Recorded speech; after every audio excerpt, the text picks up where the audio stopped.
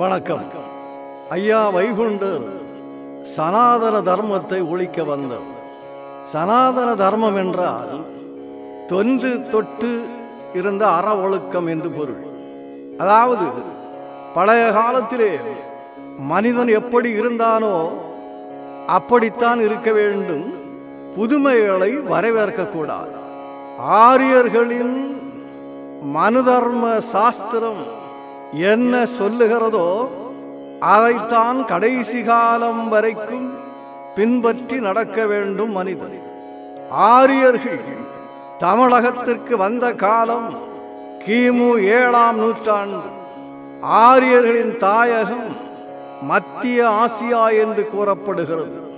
ஆரியர்கள் வருவதற்கு முன்னாலே இந்தியாவில் ஜாதி என்றும் மதம் என்றும் பிரிவினை கிடையாது.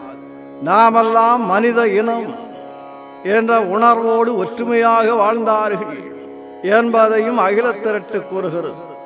அதாவது முற்கால சோழ மன்னர் ஆட்சியில் மனிதர்கள் ஜாதி மதம் என்றோ, உயர்ந்தவன் தாழ்ந்தவன் என்றோ, ஏழை பணக்காரன் என்றோ பிரிவினையை வளர்க்காமல் நாமெல்லாம் மனித இனம் என்ற உணர்வோடு ஒற்றுமையாக வாழ்ந்தார்கள் என்பதையும் அகிலத்திரட்டு மனு நீதம் என்ற பகுதியிலே அழகாக கூறுகிறது.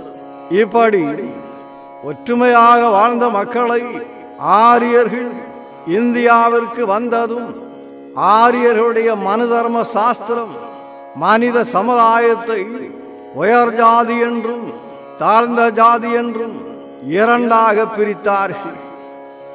உயர் ஜாதியினர் சவணர் என்றும் தாழ்ந்த ஜாதியினரை அவணர்கள் என்றும் பிரித்தார்கள்.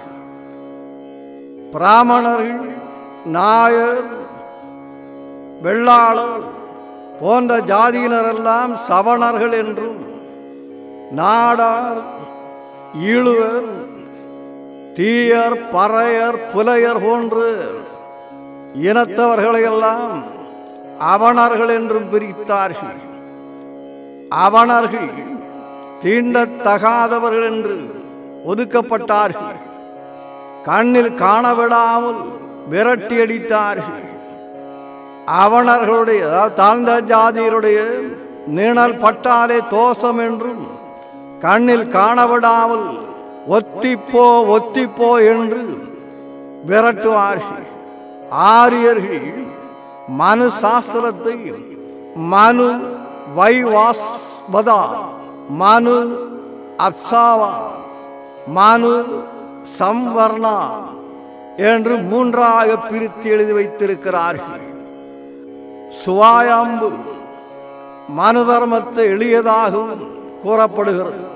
பிரம்மாவுடைய முகத்தில் பிறந்தவன் பிராமணன், பிரம்மாவுடைய தோளில் பிறந்தவன் சத்திரியன், பிரம்மாவுடைய தொடையில் பிறந்தவன் வைசியர்கள், பிரம்மாவுடைய பாதங்களில் பிறந்தவர்கள் சூத்திரர்கள் என்றும் மனித சமுதாயத்தை 4 வர்ணமாக பிரித்து வைத்தார்கள். மனிதன் இப்படியா பிறந்தான், இப்படியா பிறந்து கொண்டிருக்கிறான். மக்களை எவ்வளவு முட்டாளாக்கி இருக்கிறார்கள் என்பதை பாருங்கள். மனு தர்ம சாஸ்திரம் பிராமண குலத்திற்கு சாதகமாகவும் மற்ற இனத்தவர்களுக்கு எதிராகவும் உள்ளது.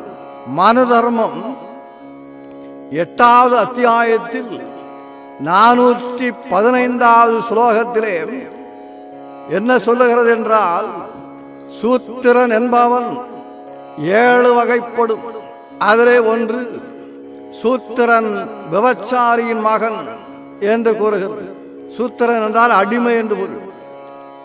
மனு தர்மம் 8வது அத்தியாயத்தில் ஸ்லோகம் 235 சூத்திரனை பிராமணனுக்கு பணிவிடை செய்து அடிமை வேலை செய்யும்படி அரசன் உத்தரவிட வேண்டும் என்று சொல்லுகிறது.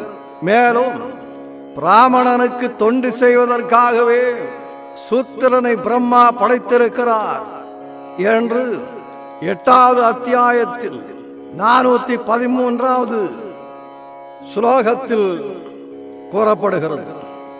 8வது அத்தியாயத்தில் 283வது ஸ்லோகத்தில் சூத்திரன் பிராமணனுடைய உடம்பில் தொட்டால் தொட்டவனின் கையை துண்டிக்க வேண்டும் என்று கூறுகிறது. மன்னர்கள் இத மனு தர்ம சாஸ்திரத்தின்படிதான் ஆட்சி செய்ய வேண்டும் என்று சொல்லுகிறது. அதனாலே தாழ்த்தப்பட்ட மக்கள் மிகவும் கொடுமைப்படுத்தப்பட்டார்கள். அந்த கொடுமைகளிலே சிலவற்றை அகில திரட்டு தெளிவாக கூறுகிறது. இன்றைய கேரள மாநிலம் அந்த திருவிதாங்கூர் சமஸ்தானமாக இருந்தது.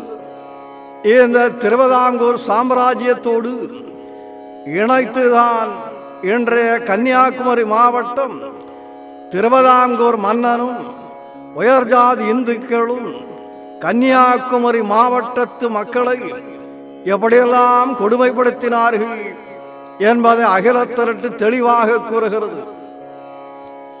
நாடார்குல பெண்கள் மார்பை மறைத்து தோல் சீலை அணியக்கூடாது. மார்பை திறந்துதான் போட வேண்டும். மார்பை மறைத்து துணி போட்டிருந்தால் ஆதிக்க வரி கொண்டு உயர்ஜாதி இந்துக்கள் வந்து மார்பை அறிந்து விடுவார்கள். இந்த கொடுமையை ஐயா என்ன சொல்லுகிறார் என்றால், பூமகள் நீதமுடன் போட்ட தோல் சீலை தன்னை போடாதே என்று அடித்தானே சிவனே ஐயா என்று ஐயா வைகுண்டர் கூறியுள்ளார். இந்த கொடுமையை 1829ஆம் ஆண்டு விக்டோரியா மகாராணி இது என்ன காட்டு மிராண்டித்தனம் என்று கண்டித்துள்ளார்கள். நாடார் சமுதாய மக்கள் தோல் சிலைக்காக பல ஆண்டுகள் போராடி உயிர் தியாகம் செய்துள்ளார்கள். 1851ஆம் ஆண்டு ஆங்கில கவர்னர் சார்லஸ் பெர்லியன் என்பவரால் தோல் சீலை தடை நீக்கப்பட்டது. நாடார்குல பெண்கள் தண்ணீர் குடத்தை இடுப்பில் வைத்து எடுத்து வரக்கூடாது.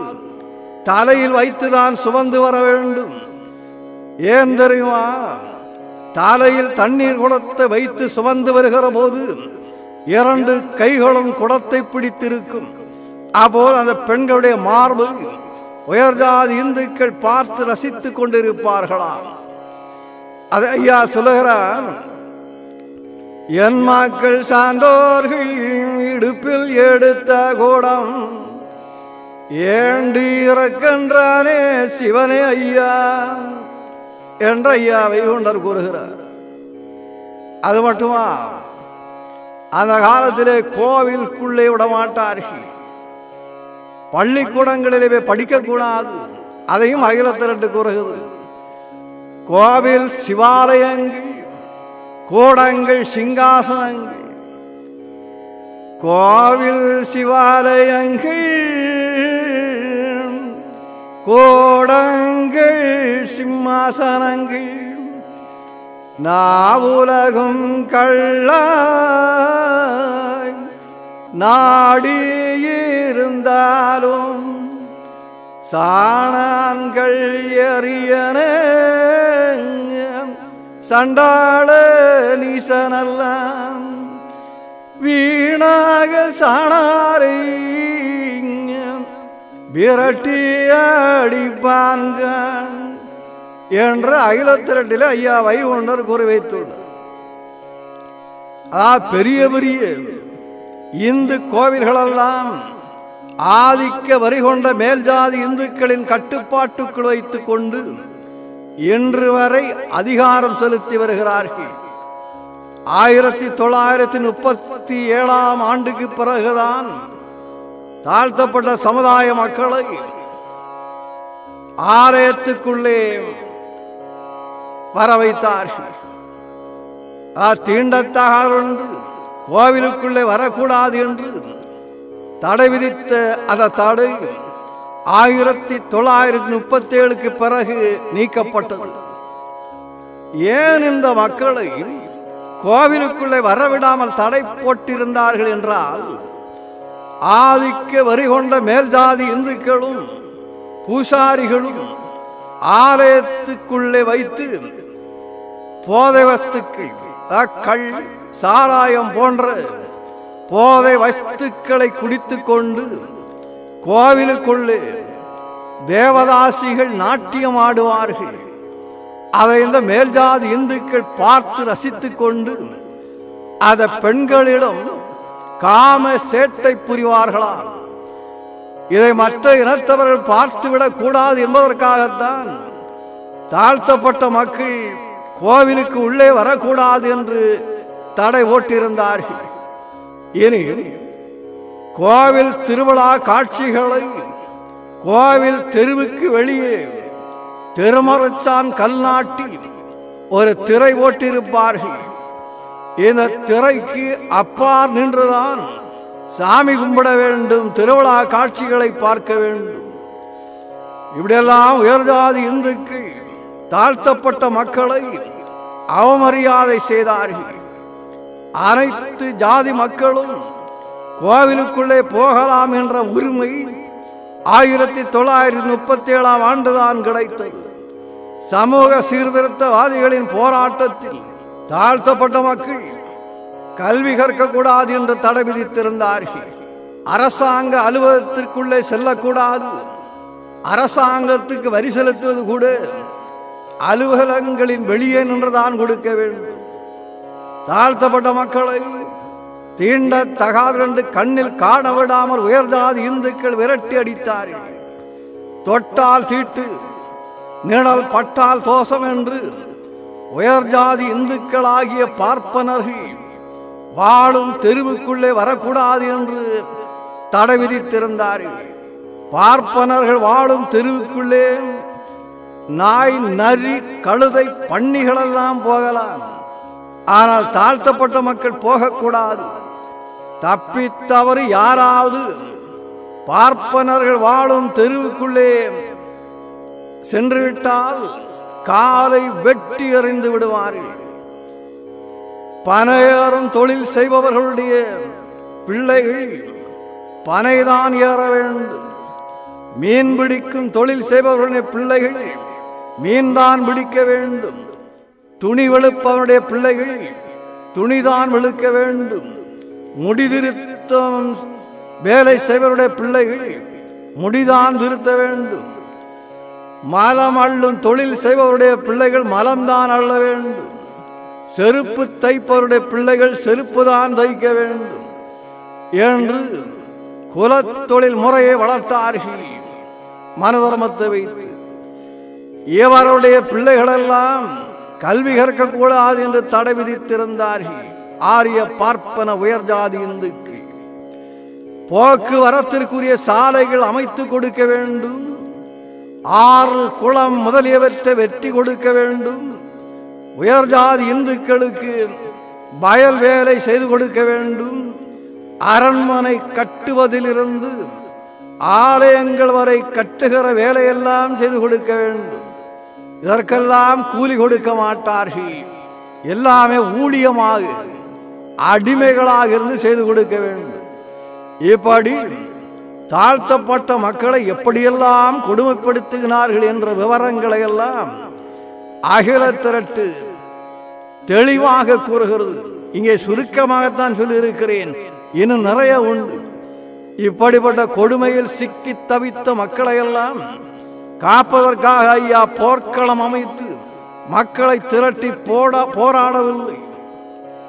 6 ஆண்டுகள் தவமிருந்து இத மக்களுடைய அந்த கொடுமைகளை எல்லாம் மாற்றி இன்றைக்கு நாமெல்லாம் தலை நிமிர்ந்து வாழுகிறோம், உலகத்தை ஆண்டு வருகிறோம் என்றால் ஐயா வைகுண்டருடைய அந்த அவதாரம், அவருடைய 6 ஆண்டு கால தவத்தின் விளைவுதான் நாம் இன்றைக்கு அனுபவித்துக் கொண்டிருக்கிறோம்.